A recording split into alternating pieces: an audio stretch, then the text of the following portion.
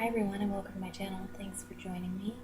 So my intent today is to do a short video and the topic is on raw foods and why it's important to consume not only vegan food and a large portion of whole plant-based foods, but also to consume some raw foods as well and consume a percentage of raw foods that's right for you. So let me start by saying that everybody is going to be slightly different in this. If you are not vegan yet and you're about to go vegan, don't take what I'm saying with the understanding that it's an evolutionary process, and you may have no problem with fiber if you change to a vegan diet initially. You may be eliminating quite a bit more than you were before, and your body is adjusting to the switch. And sometimes when we make healthy choices and we take steps to transition into a more healthy lifestyle, there's a bit of a detox phase involved in that. Okay, so that being said, for optimal health, it is important to consume raw foods, not only whole plant-based foods, but also raw. So I'm gonna just share a little bit of why that is. The more that we process our foods, and cooking is a form of processing, the more that we extract fiber and other nutrients from those foods. So some people are used to eating an extremely processed diet and not getting a lot of nutrients at all, not getting a lot of fiber at all, getting a lot of junk that their body has been coping with. Some of us are have changed and have become more healthy, and now we eat foods that are higher in fiber and are consuming less of the junk like cholesterol and acidifying animal protein, chemicals, and so forth. And we're getting more plant-based foods in there. But if you are eating stuff that is vegan junk food, so highly processed vegan foods such as the vegan ice creams, and the frozen dinners, and so forth. Okay, for some people that's really great, and that's what they need to do when they first transition from a SAD diet, standard American diet, or any Western diet, even flexitarianism, into a vegan diet or a plant-based diet. For some people, that is their key to success. Without that, they would not succeed. They would relapse and go back to those other foods that they're addicted to. So there's nothing wrong with doing this. But what I'm sharing is that over time, as your body adjusts and becomes more healthy, you may find, and you may in the beginning as well find, it's going to vary from person to person, but you may find that you are not having the same energy levels, your body seems to be lacking something, you may experience different issues. And the reason for that is because, well, the reason may be that your body is asking you for more nutrients, it's asking you for more fiber.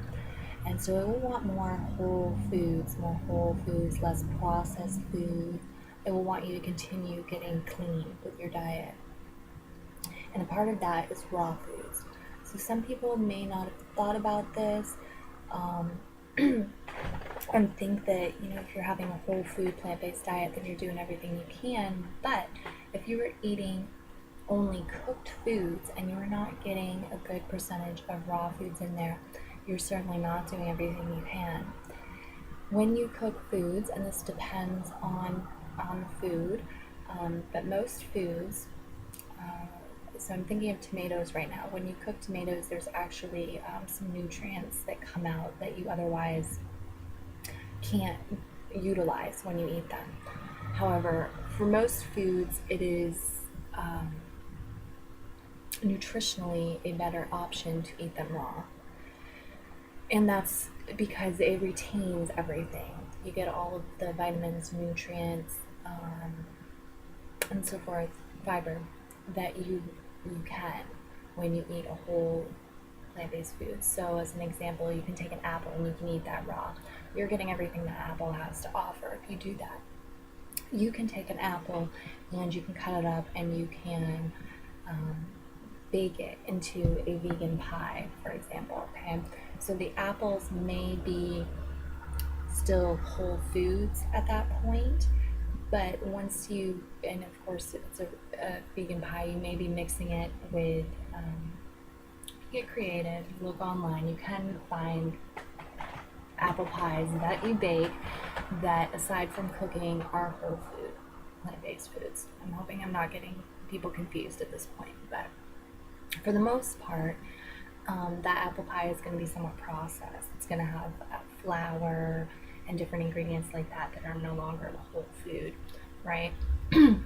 So the more you get into processing, the more nutrients you lose, the more fiber you lose. You can take those apples, you can put them in a pie, and the apples themselves remain a whole food, right? You haven't done anything, you haven't turned them into,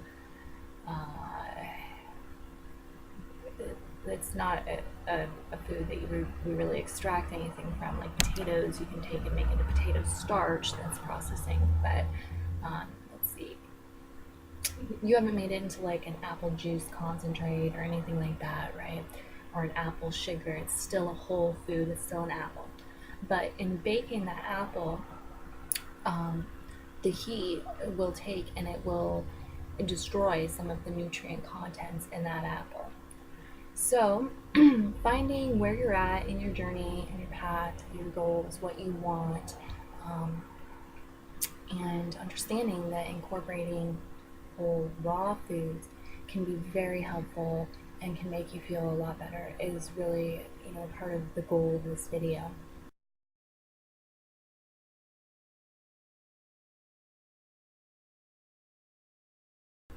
So I've experimented with this a little bit in the past. Recently, I haven't really been paying too much attention to the percentage of cooked versus raw food that I'm consuming. And this video actually came about because when I went to the grocery store, I started thinking about that, about whether I wanted to kind of pay attention to that again and what percentage of food I wanted to eating raw.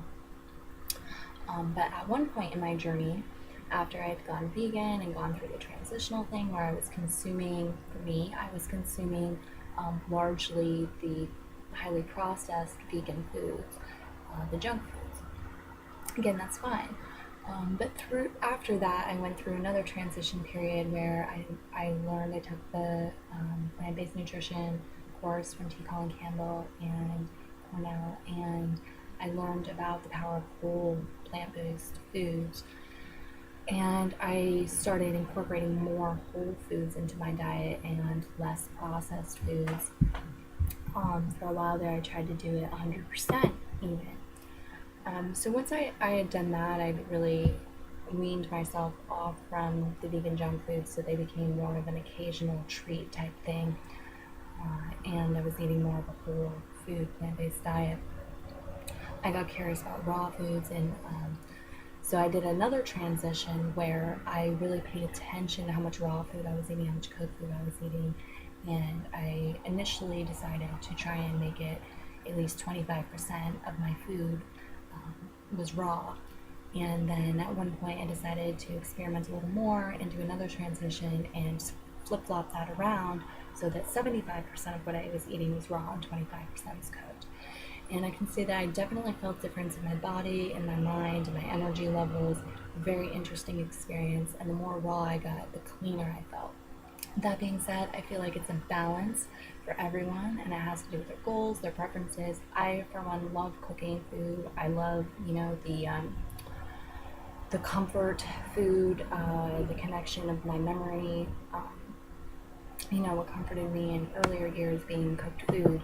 I really love the art of cooking food, so I'm all about, making cooked food. I love baking breads, I love making, homemade stuff, vegan pot pies, stuff that some of it's processed even. But it's really not about eliminating anything that is important to you, that you want in your diet. It's about finding the right balance for you so you can feel good in your body, so you can feel healthy, so you can have a good energy level, enjoy the process of preparing food, enjoy the taste of your food, and yeah, have harmony with that. So, also, I want to say that with these transitions I went through, there was always some phases, and the first phase did leave me with a sense of wanting what I was used to, of craving. But there was a second phase that came not long afterwards, and I think the time varies for different people.